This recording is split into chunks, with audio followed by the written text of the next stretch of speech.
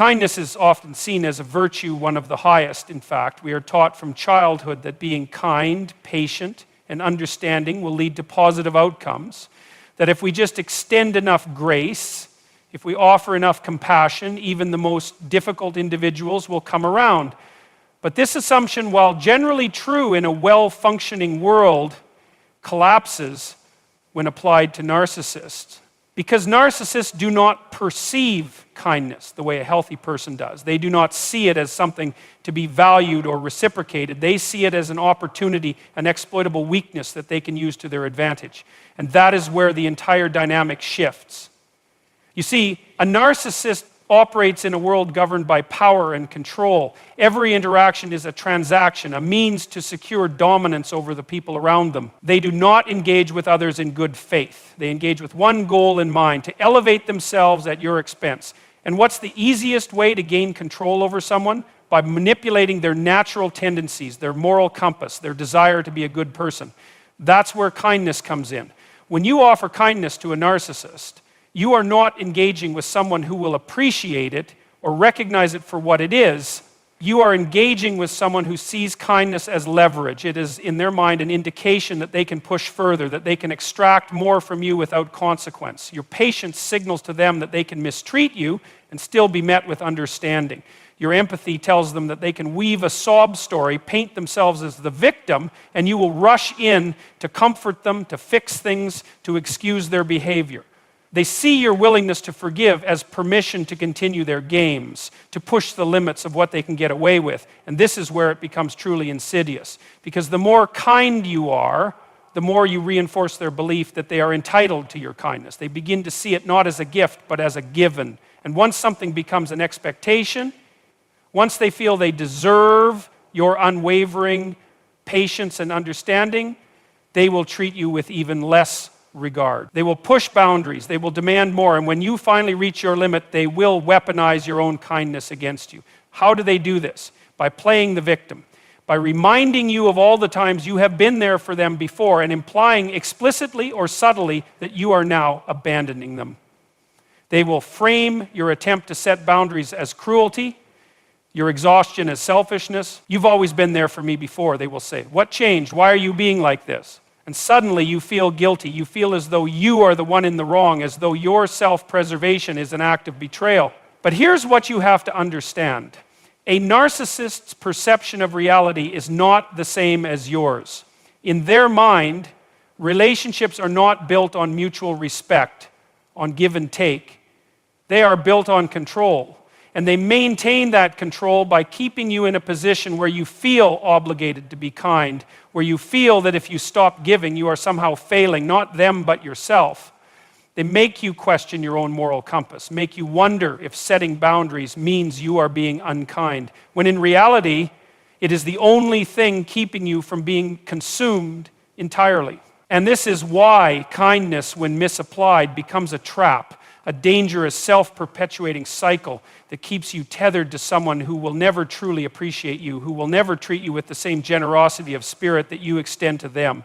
The only way to break this cycle is to recognize that kindness is only a virtue when it is given in the right context. There is nothing noble about allowing yourself to be used. There is no honor in continually giving to someone who only seeks to take. The most powerful thing you can do, the most radical act of self-respect, is to withhold your kindness when it is being used as a weapon against you. Not in an act of cruelty, but in an act of self-preservation, in an act of reclaiming your autonomy. Because the moment a narcissist realizes that they can no longer use your kindness against you, they lose their grip on you entirely. And that, more than anything else, terrifies them. When dealing with a narcissist, one of the most critical realizations you can have is that they are not engaging with you in good faith.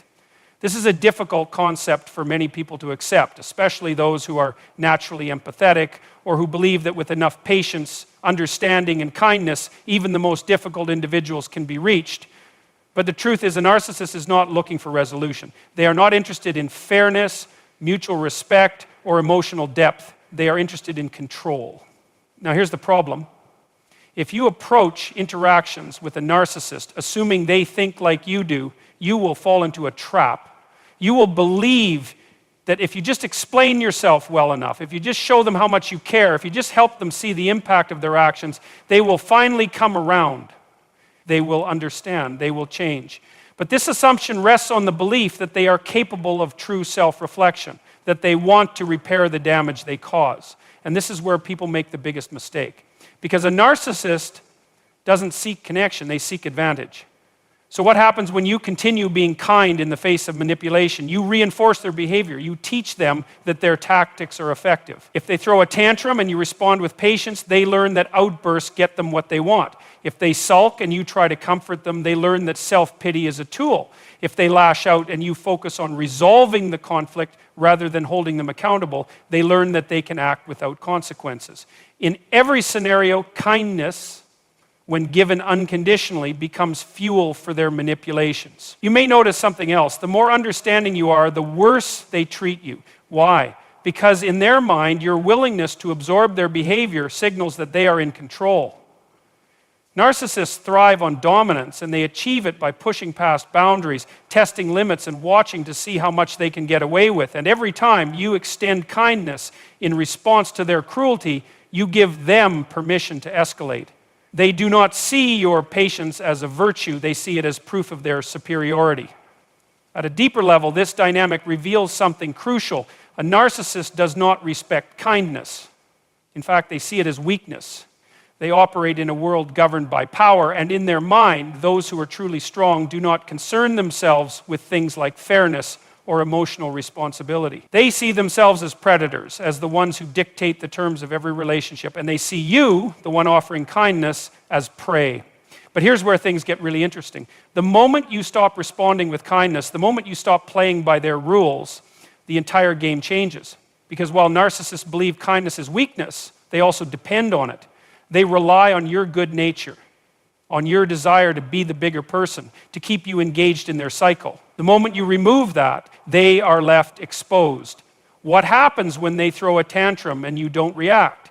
When they attempt to guilt trip you and you stand firm? When they lash out and you walk away instead of pleading for peace? They panic because suddenly the tools they have always used to maintain control no longer work. Suddenly they are faced with something they cannot manipulate, someone who refuses to be manipulated. And this is where they begin to unravel. A narcissist does not know how to function without control. It is the foundation of their identity. They have spent their entire lives perfecting the art of bending others to their will, of making people doubt themselves, of keeping them emotionally tethered. When you remove that dynamic, you remove their sense of superiority. You strip them of their ability to dictate reality. This is why a narcissist will react so aggressively when you stop being kind. They will accuse you of being cold, unfeeling, selfish. They will project their own cruelty onto you, attempting to reestablish the old dynamic where you were always the one making amends. They will test you, pushing harder than ever to see if they can break you down, if they can manipulate you into resuming your role as the patient, understanding one.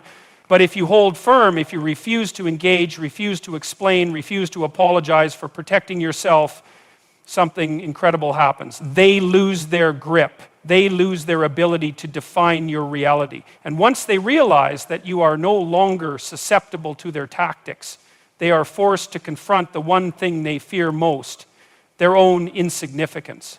That is the real reason they panic when you stop being kind. Because without your emotional investment, without your willingness to absorb their toxicity, they are left with nothing but themselves. And for a narcissist, that is the most terrifying reality of all. A narcissist's greatest weapon is not their arrogance nor their ability to manipulate. It's their ability to make you doubt yourself. And the mechanism by which they achieve this is subtle, almost imperceptible at first.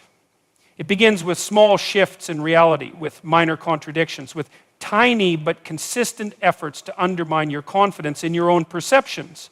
You see, a narcissist does not dominate through sheer force. That would be too obvious, too easily resisted. Instead, they erode your sense of certainty piece by piece. They make you question whether you're overreacting. They suggest in an offhanded way that maybe you misunderstood them. They imply that your memory of a situation is flawed, that your instincts are unreliable, that your emotions are irrational. And over time, through the sheer repetition of these distortions, you begin to internalize them. That's the danger, because once they have made you doubt yourself, they no longer need to control you directly. You will control yourself for them. You will second-guess your own thoughts before expressing them, soften your words before speaking, hesitate before setting boundaries. And the moment you start doing that, they have won. Because now the battle isn't between you and them, it's between you and yourself. This is why stopping the cycle requires something so deceptively simple, yet so difficult for many people: trusting yourself. That is what a narcissist fears more than anything. They don't fear your anger. They don't fear your confrontation. Those they can work with. What they cannot handle is your certainty, your unshakable knowledge of what you saw, what you heard, what you felt. When you stop seeking their validation, when you no longer allow them to define what is real and what is not, their power over you collapses. Because a narcissist cannot function in a world where they are not the ultimate authority. Their entire sense of superiority is built upon the idea that they are the ones who dictate reality. The moment you refuse to grant them that authority, they lose their grip on you. But make no mistake, this is not an easy transition. The moment you begin trusting yourself, the moment you stop playing their game, they will react. They will push back harder than ever because they cannot afford to let you escape. You will notice a sudden escalation. They will accuse you of being paranoid, of being selfish, of being cruel. They will frame your newfound certainty as a personal attack because to them it is. When you trust yourself, you expose them. You reveal the truth that they have worked so hard to obscure, that they are not all-powerful, that their version of reality is not absolute, that they are in fact ordinary. And that is something they cannot tolerate. So what do you do in the face of this pushback? You hold the line. You do not justify, you do not explain, you do not seek their approval for the truth you already know. You simply stand firm. Because the moment you start defending yourself, you have already lost. Why? Because you have conceded the fundamental premise that they have the right to determine what is real and what is not. This is where many people falter. They believe that if they just explain clearly enough, if they just provide enough evidence, the narcissist will finally acknowledge the truth. But that moment never comes. It never comes because the narcissist is not interested in the truth. They are interested in control. And the longer you engage in the debate, the more power you give them. The only way forward is to remove yourself from the debate entirely, to understand that your truth does not require their validation. And when you do this, something remarkable happens. The narcissist begins to panic because for the first time, they are powerless to shape your reality. For the first time, they are faced with a version of you that they cannot manipulate. And this, more than anything, is what strips them of their power. Not confrontation, not revenge, just your unwavering certainty, your refusal to play their game, your quiet, absolute confidence in what you know to be true. Because at the end of the day, a narcissist's greatest fear is not losing control over you. It is losing control over the reality they have built around themselves. And when you trust yourself, when you refuse to be shaped by their distortions, you force them to confront that reality in its rawest form. And for them, that is truly terrifying. A narcissist operates within a carefully constructed illusion, a world where they hold absolute authority over those around them. They have built this reality not just to control others, but to shield themselves from the truth of who they really are. Because at the core of narcissism is not strength, it is profound insecurity, an internal void so unbearable that it must be covered up at all costs. And the most effective way to cover it up is through the manipulation of others. If they can make you believe their version of reality, if they can force you into submission, they can continue pretending both to themselves and to the world that they are powerful, superior, untouchable. But this illusion is fragile. It requires constant reinforcement. It needs others to buy into it, to reflect back to the narcissist the image they have crafted for themselves. They need your compliance, your validation, your willingness to question yourself in favor of their version of events. Without that, the illusion crumbles. This is why walking away is the ultimate act of defiance. It is not just an act of physical separation. It is a psychological rupture. a direct challenge to the narcissist's carefully maintained reality. When you leave, when you refuse to participate in their constructed world, you force them to confront something they have spent their entire lives avoiding, themselves. And this is what sends them into a panic. Because for a narcissist, there is nothing more terrifying than being left alone with their own mind, the very thing they have sought to escape. The deep, gnawing sense of inadequacy, the fear of being unlovable, the shame they have buried under layers of arrogance and manipulation, now threatens to rise to the surface. Without you there to project onto, without you to blame, they are left with no one to absorb their chaos. And that is an unbearable reality for them. This is why they react with such desperation when you leave. They might lash out in anger, launching smear campaigns, spreading lies, attempting to discredit you in every way possible. Or they might take a different route, suddenly becoming the victim, rewriting history so that they were the ones who were wronged, playing on the sympathies of those around them. They may even attempt to pull you back in, using every tool in their arsenal: guilt, promises of change, threats, emotional blackmail, anything to keep you from truly leaving. Because if you leave, if you truly sever the connection, they are left with the one thing they cannot handle, their own reflection. And this is where your true power lies. Not in fighting them, not in trying to expose them, not in seeking justice, though all of those may be tempting. Your power lies in your refusal to be a participant in their game. Your decision to step out of their distorted reality and reclaim your own. Because the truth is, narcissists don't just lose power when you leave. They lose their ability to maintain the illusion. They are suddenly confronted with the reality that they are not as omnipotent as they believed, that they cannot control everything, that their grip on others is not as absolute as they assumed.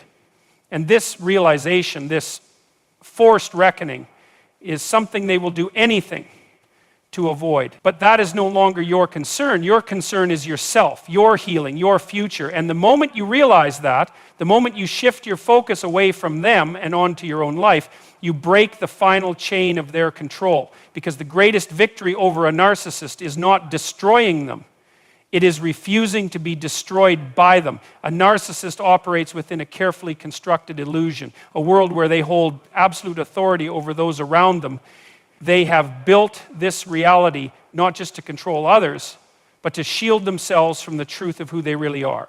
Because at the core of narcissism is not strength, it is profound insecurity, an internal void so unbearable that it must be covered up at all costs. And the most effective way to cover it up is through the manipulation of others. If they can make you believe their version of reality, if they can force you into submission, they can continue pretending both to themselves and to the world that they are powerful, superior, untouchable. But this illusion is fragile. It requires constant reinforcement. It needs others to buy into it, to reflect back to the narcissist the image they have crafted for themselves. They need your compliance, your validation, your willingness to question yourself in favor of their version of events. Without that, the illusion crumbles. This is why walking away is the ultimate act of defiance. It is not just an act of physical separation.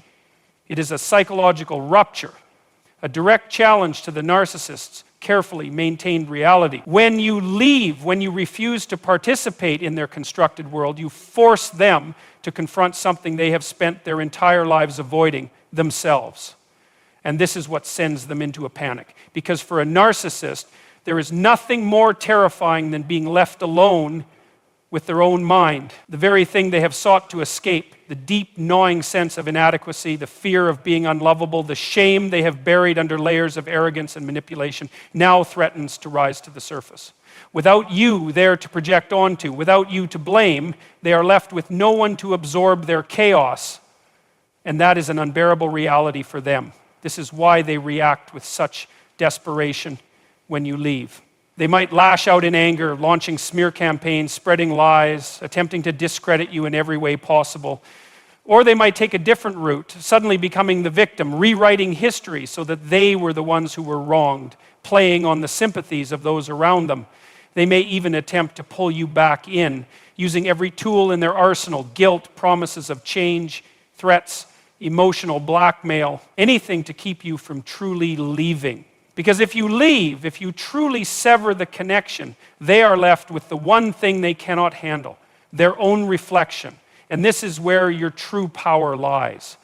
Not in fighting them, not in trying to expose them, not in seeking justice, though all of those may be tempting. Your power lies in your refusal to be a participant in their game, your decision to step out of their distorted reality and reclaim your own. Because the truth is, narcissists don't just lose power when you leave. They lose their ability to maintain the illusion. They are suddenly confronted with the reality that they are not as omnipotent as they believed, that they cannot control everything, that their grip on others is not as absolute as they assumed. And this realization, this forced reckoning, is something they will do anything to avoid. But that is no longer your concern. Your concern is yourself, your healing, your future. And the moment you realize that, the moment you shift your focus away from them and onto your own life, you break the final chain of their control. Because the greatest victory over a narcissist is not destroying them. A narcissist thrives on control, not just in the overt sense of dominance, but in the more insidious ways that seep into the fabric of your daily life. They control through manipulation, through emotional coercion, through the careful erosion of your confidence. Over time, they make you doubt yourself, your perceptions, your instincts. They train you to second-guess your own thoughts, to filter your reality through their perspective. And in doing so, they ensure that even when they are not physically present, they still occupy space in your mind. This is why leaving is such a profound disruption to them. It's not just that you've removed yourself from their reach. It's that you've taken back something far more valuable, your autonomy, your ability to think and act independently. And when a narcissist realizes that they no longer have the power to shape your reality, to dictate your emotions, to keep you in the cycle of doubt and dependence, they panic. Because without your compliance, their control crumbles. A narcissist's power is not inherent. It is borrowed. It is extracted from the people around them. People they manipulate into playing roles in the grand performance of their self-importance. They do not derive power from within, from genuine strength of character, from true competence, from the solid foundation of self-awareness. No. Their power is parasitic. It only exists as long as others are willing to provide it. And this is precisely why your exit is such a devastating blow. Because you were never just a person to them. You were a resource. A source of validation, of emotional labor, of identity reinforcement. You filled the void they refused to acknowledge within themselves. And when you walk away fully, with conviction, you take that resource away. You remove the mirror that reflected back to them the image they needed to see. And in that absence, they are left with something they cannot tolerate, reality. This is why narcissists react with such fury, such desperation, such frantic attempts to reassert control. They may go to extreme lengths to pull you back in, not because they love you, not because they have suddenly realized your worth, but because they need you to maintain their illusion. They need you to continue participating in the narrative where they are at the center. And when you refuse, when you no longer respond, when you reclaim your independence, you deliver them the one thing they fear most: irrelevance. For a narcissist, irrelevance is annihilation. It is the unraveling of the carefully constructed persona they have built, without an audience, without someone to manipulate, without the ability to bend another's reality to their will. They are forced to confront the truth, and the truth is that they are not as powerful as they believed. They are not the grand, all-knowing force they pretended to be. They are, in the end, just another flawed, insecure person, one who has spent a lifetime running from themselves. And yet, this reckoning is not your concern. Your concern is no longer how they react, what they feel, or what they do in response to your departure. Your concern is yourself, your own mind, your own life, because the true victory is not in proving them wrong. It is not in exposing them and making them suffer, in watching them fall apart. The true victory is in no longer caring, in stepping so fully into your own life, your own purpose, your own future, that they become nothing more than a fading memory. And that is the moment you win, not through retaliation, not through anger, but through absolute and unwavering indifference. A narcissist's greatest fear is not losing you as a person. It's losing control over you.